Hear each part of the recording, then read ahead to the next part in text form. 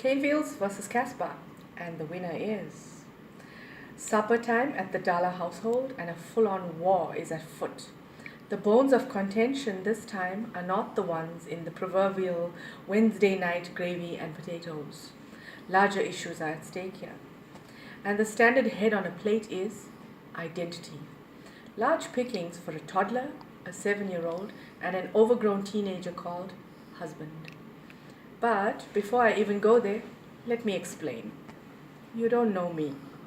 But I suppose from the fruit salad that is my name, you might have surmised some oddities.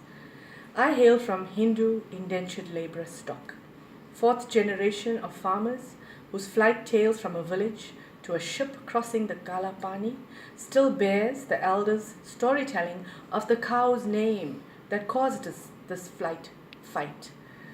In fact, I think the cow's name was Gala. I'm barely removed from purebred indentured laborers in a farm near Tongat, where some of my peers still make their living out of dhania sales. My husband, on the other hand, is just second generation Surati Muslim trader lineage.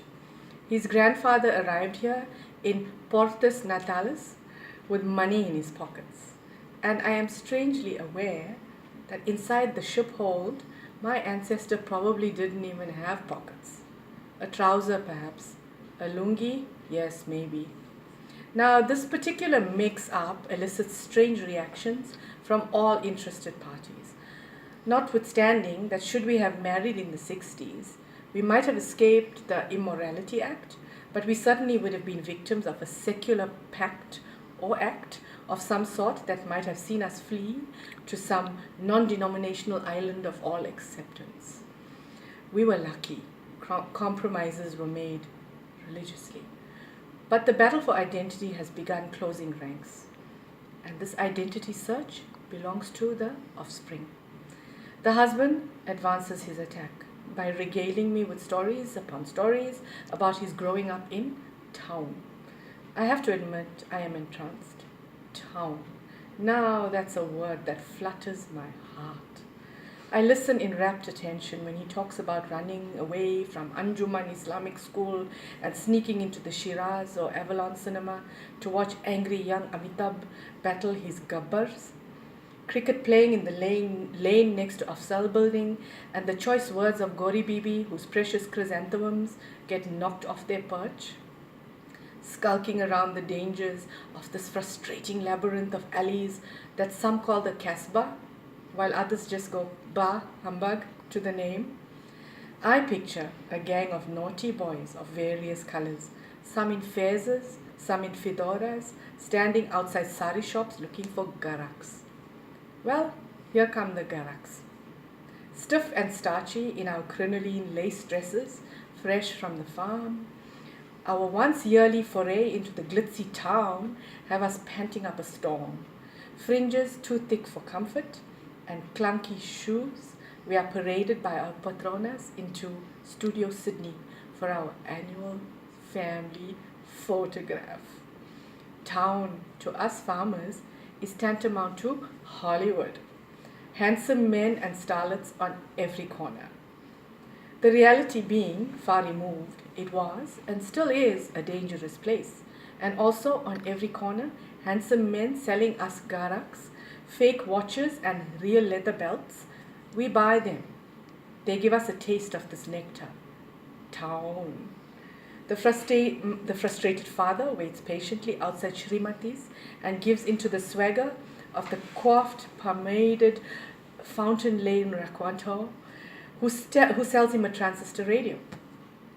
Our starchy petticoats in the world of Mary Quant have us bristling, perhaps the coconut oil dripping too close to home. Our egos are soothed with a spicy lunch at Mullah's Cafe.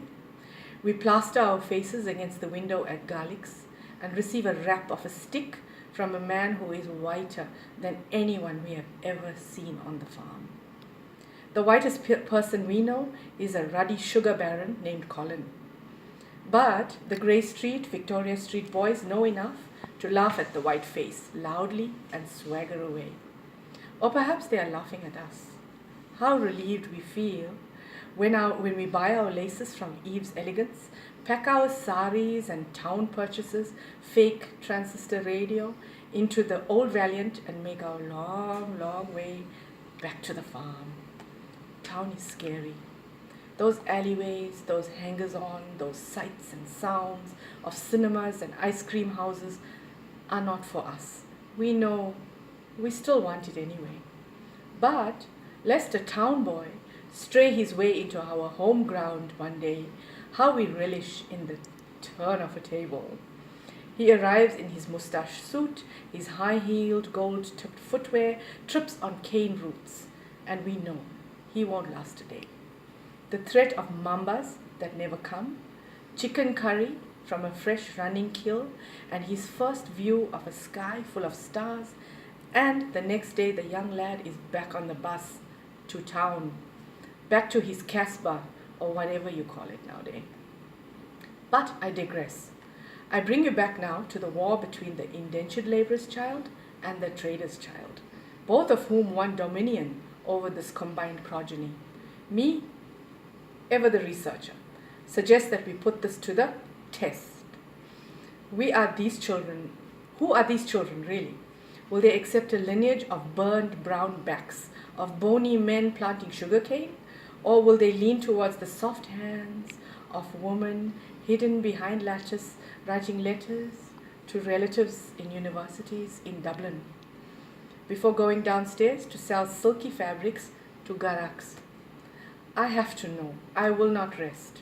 I suppose it doesn't escape me that while my ancestor was still trying to work out how to use a sickle without lopping his head off, my husband's ancestor was learning the subtleties of ilachi in the perfect biryani.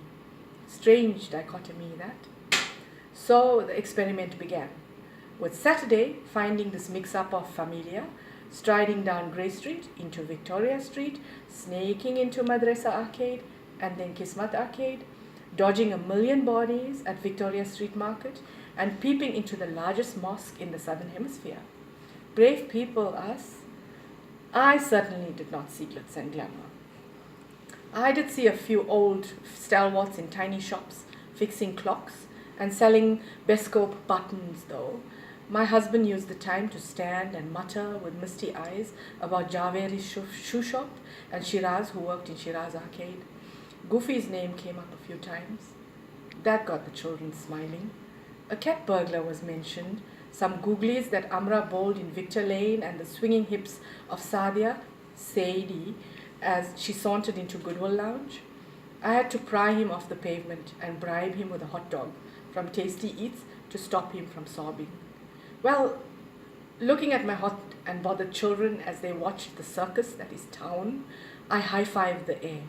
Surely the Canefields will now win. I was wrong. Sunday saw us dragging the little tykes on an hour's drive into the sugarcane fields, rivers and dongas of my youth.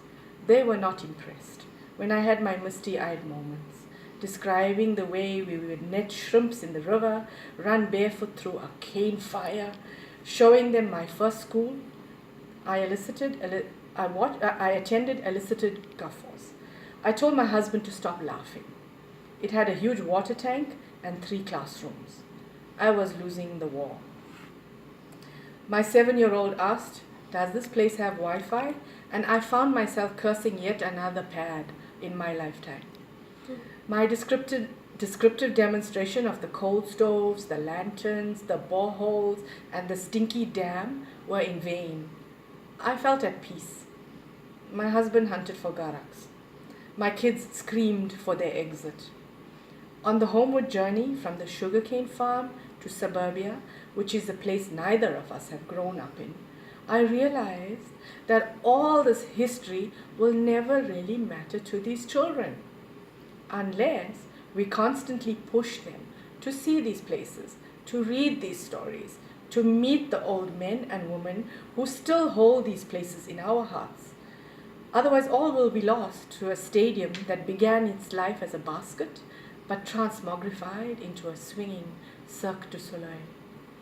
Suketu Meta, in his magnificent novel Maximum City, describes the Bombay of his birth through the eyes of his child who was born and grew up in New York. He returns to New Mumbai and laments that his son will never know the pleasures of walking into a neighbor's flat unannounced for a hefty dinner and cuddle up from anyone's grandma. In a linguistic moment of nostalgia, he stands on Manhattan streets and actually yearns to scream out a colloquial Hindu swear word. You know that swear word? That double-barreled one that can be used by MC? I feel his pain. Yes, it is true. It is town, or perhaps you have a penchant for calling it Casbah. And yes, those were dirty, filthy Canefields by all standards. People suffered deeply in both places. What matters is that our children will one day look at the ghosts of these places. We will no longer be there to tell them the stories. Who cares if my children are a confused bundle of cane cutter, shop owner, tinker, tailor, soldier, spy? I just care that they know that these worlds existed, and I will tell them about this every day.